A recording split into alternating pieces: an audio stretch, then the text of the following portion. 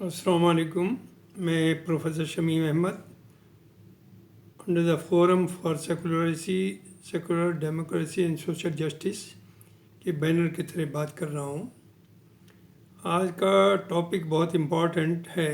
वो ये है कि केजरीवाल के नंबर 2 सिसोदिया की गिरफ्तारी और इन 3 राज्यों में जो नॉर्थ ईस्ट के रिजल्ट्स आए हैं उनके होते हुए अपोजिशन यूनिटी या अपोजिशन पार्टी को क्या करना चाहिए और क्या करने की उम्मीद है, और इससे क्या बहुत बड़ा अपोजिशन यूनिटी में कोई धक्का लगा है या कोई फ़ायदा हुआ है, इस बारे में हम बात करेंगे।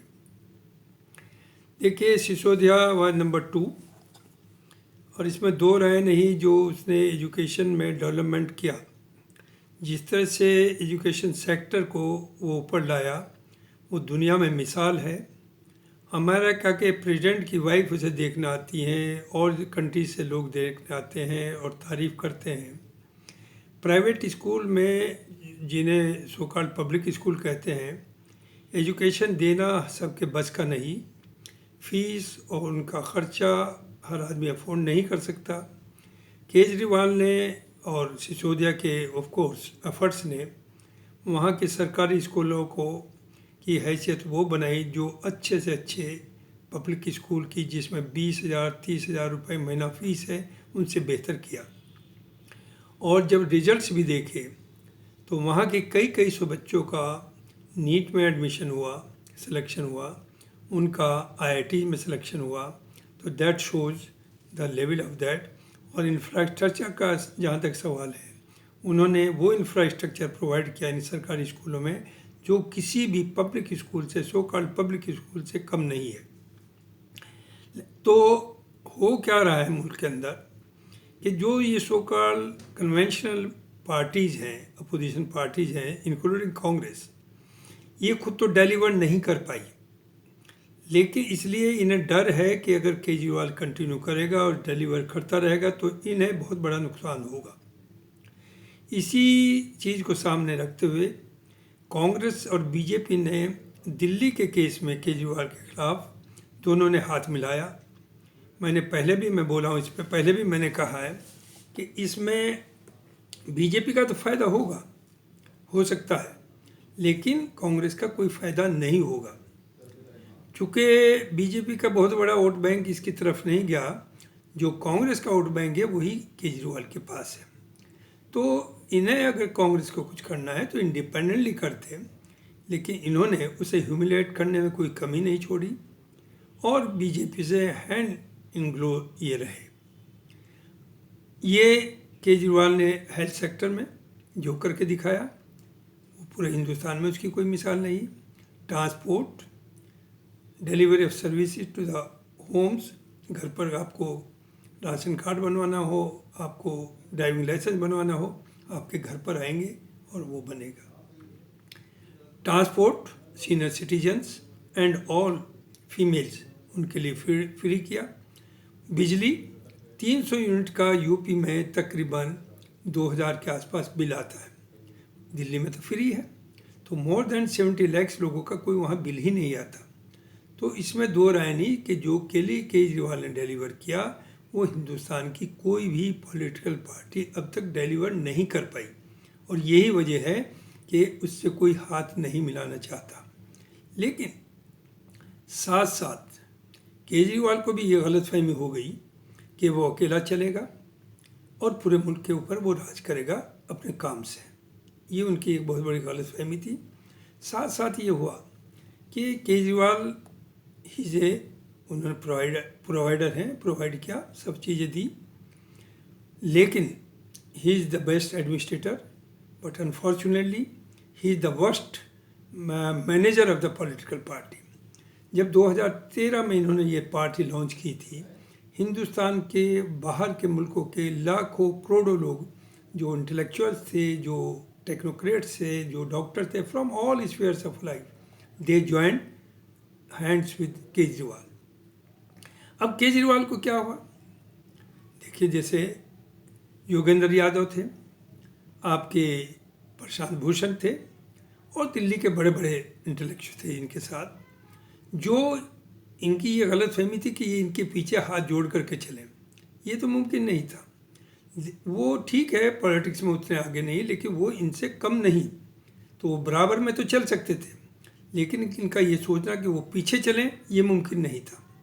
लिहाजा इन्होंने क्या किया, ही फेल्ट इनसिक्योर, और उन इनसिक्योरिटी के मामले में उन्होंने सबको पार्टी से निकाल दिया धीरे धीरे।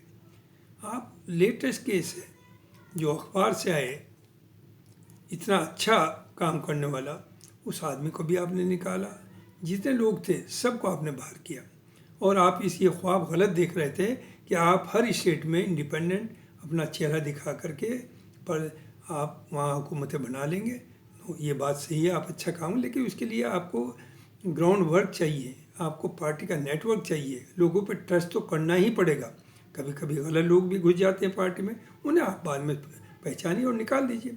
लेकिन योगेंद्र यादव जैसे आदमी का, प्रशांत भूषण जैसे लोगों को निकाल देना बहुत अफसोसनाक रहा। अब जो हुआ है देखिए, ये जो ड्रामा हुआ, सिसोदिया खुद करप्ट नहीं है, नामुमकिन।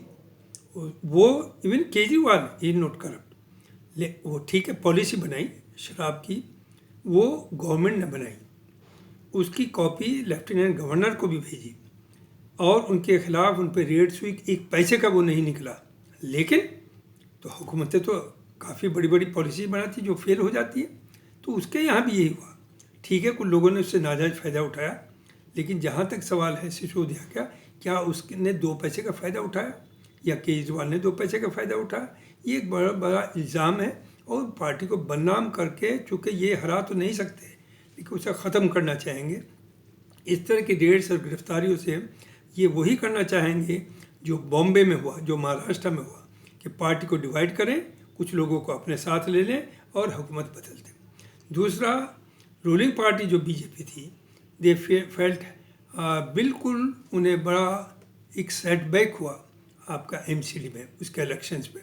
उसमें भी धांधलेबाजी करनी चाहिए कि साहब जो नॉमिनेटेड मेंबर वो भी वोट देंगे। कानून नहीं कहता। बाद में क्या हुआ, सुप्रीम कोर्ट जाना पड़ा, सुप्रीम कोर्ट ने वर्डिक्ट दिया, उनका मेयर डिप्टी मेयर इलेक्ट हो गया। अब आपको बर्दाश्त नहीं हो रहा, तो नेक्स्ट डे आपने सिसोदिया को अंदर कर दिया। तो ये सब टैक्टिक्स तो नहीं चलेंगी, लोग सब देख रहे हैं, लेकिन केजरीवाल को भी अब इससे सबक लेना पड़ेगा।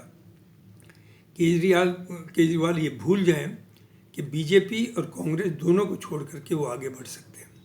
उन्हें अपोजिशन से राब्ता पैदा करना पड़ेगा, ये उनकी चॉइस है। वो बीजेपी के साथ जाएं, वैसे तो लोग कहते ही हैं कि आरएसएस के आदमी हैं, बीजेपी की बी टीम है, लेकिन मैं नहीं समझता ऐसा है, चूँकि जितना वो सफ़र कर रहे हैं और जितने उन पर अटैक्स हो रहे हैं, वो बी टीम नहीं हो सकती। लिहाजा अब केजरीवाल को तय करना है कि उन्हें अपोजिशन के साथ रहना या रूलिंग पार्टी जो बीजेपी की है उसके साथ रहना, ये उनका डिसीजन होगा। लेकिन ये वो भूल जाएं कि अकेले सर्वाइव कर सकेंगे। तो मैं ये समझता हूँ कि ये सब जो डेवलपमेंट्स हैं, इससे एक बहुत बल मिलेगा आपका यूनिटी ऑफ अपोजिशन। अब आइए नॉर्थ ईस्ट में। नॉर्थ ईस्ट का 3 स्टेट थी, नो डाउट, जो ये पहाड़ों में जो ये ट्राइबल एरियाज़ की जो स्टेट्स होती हैं, उनका अपना रेवेन्यू बहुत कम होता है। उनका पूरा डेवलपमेंट सब कुछ सेंटर की मदद ही के ऊपर डिपेंड करता है। लिहाजा वो स्टेट्स, नॉट ओनली 3, ये 6-7 जो सब स्टेट्स हैं, ये by and large they will go with BJP. जहाँ तक जीतने का सवाल है, त्रिपुरा में बीजेपी का वोट कम हुआ, नागालैंड में ठीक किया, मेघालय में तो आपकी 2 ही सीट है, दूसरे आदमी की जो है जिससे आप अलायंस करें उसकी 24 है, कुछ और उसने 1-2 मिलाई हैं, तब भी उसके अभी तक पूरे 31 नहीं हो रहे हैं। तो आप इतना उसे सेलिब्रेट ना करें कि आपकी बहुत बड़ी जीत हुई है। दूसरी, अगर कल को सेंटर में 24 में दूसरी हुकूमत कोई आ जाती है, तो वो जितनी गवर्नमेंट से सब उधर चली जाएंगी। ये भूल जाइए कि वो बीजेपी के साथ रहेंगी। They have no commitment, they have no ideology. हाँ, ये ज़रूर है, अपोजिशन को भी उससे, एक साहब ने ये पूछा क्या इससे दूसरी स्टेट्स में अपोजिशन को लॉस होगा? मेरे ख्याल से नहीं होगा, ये सोचना गलत है। बल्कि उससे एक और यूनिटी को हिम्मत मिली है यूनाइट होने के लिए। क्यों कि इन्हें अगर इनमें से कोई सी पार्टी वहाँ जीत जाती तो उसका दिमाग ख़राब हो जाता, वो समझते हम तो बहुत बहादुर हैं, हमारी तो बड़ी फॉलोइंग है। तो ये सेटबैक जो है सेटबैक पॉलिटिकली है छोटा सा, लेकिन इससे इन सबको सबक मिल गया कि अगर आप अलग अलग लड़ेंगे तो आप सब बुरी तरह से हारेंगे, बुरी तरह से डिफीट होंगे। लिहाजा कर्नाटक हो, मध्य प्रदेश हो, कोई जो भी दूसरी स्टेट्स इनसे कंट्रोल्ड है, जहाँ कांग्रेस की बहुत अच्छी हैसियत है, वहाँ पर ये बीजेपी भूल जाए कि उस नॉर्थ ईस्ट को ये भुना पाएंगे। ऐसा नहीं होगा। और मुझे उम्मीद है कि इससे दिल्ली कांड जो हुआ उससे, और जो त्रिपुरा और ये नॉर्थ ईस्ट में 3 स्टेट में जो अपोजिशन का बहुत अच्छी सिचुएशन नहीं है, बहुत अच्छी हालांकि बीजेपी की बहुत अच्छी नहीं हुई, लेकिन वो पब्लिसिटी करने में एक्सपर्ट है। वो कह रहे 3 स्टेट हमें मिल गई, 3 आपको कहाँ से मिल गई? मेघालय में तो आपके सिर्फ 2 सीट है, 2 आई हैं आपके 60 में से। तो ये उम्मीद है कि अब ये रीथिंक करेंगे। और जहाँ तक कांग्रेस का सवाल है, कांग्रेस एक बड़ी पार्टी है, नेशनल पार्टी है, अपोजिशन पार्टी। तो ये भी लोग भूल जाएं कि कोई भी अलायंस हिंदुस्तान में विदाउट कांग्रेस, माइनस कांग्रेस मुमकिन है। दूसरी तरफ वो भी सही है कि रीजनल पार्टीज़ को एक ख़तरा है, और ज़्यादातर पार्टीज जो हैं जैसे आपका बंगाल, कर्नाटक और कई जगहों पर, और वो लोग वही हैं जो पहले कांग्रेस के साथ थे। उन्हें ये ख़तरा है कि अगर कांग्रेस के साथ अलायंस करेंगे तो कहीं हमारा वोट बैंक उधर ना खिसक जाए। नहीं, इसमें कांग्रेस को लार्ज हार्टेडनेस दिखानी पड़ेगी। और जहाँ जो पार्टी है वहाँ ममता है, ममता को बड़ा शेयर दीजिए। और वहाँ तीनों मिले, लेफ्ट भी, चूँकि इस वक्त मुल्क बचाना है, अपने को बचाना है, और रीजनल पार्टीज़ को अपनी 24 के बाद सर्वाइव करना है। अगर ये नहीं करेंगे तो 24 के बाद ये दुनिया के मैप से ख़त्म हो जाएंगे। लिहाजा वहाँ ज़रूरी है लेफ्ट, कांग्रेस और ममता मिलकर के इलेक्शन लड़े। इसी तरह से और स्टेट्स में। तो व्हाट आई फील कि ये जो 2 सेटबैक हैं, ये टेम्परेरी सेटबैक हैं, इससे अपोजिशन यूनिटी को एक स्ट्रेंथ मिलेगी। Thank you very much. अस्सलाम वालेकुम।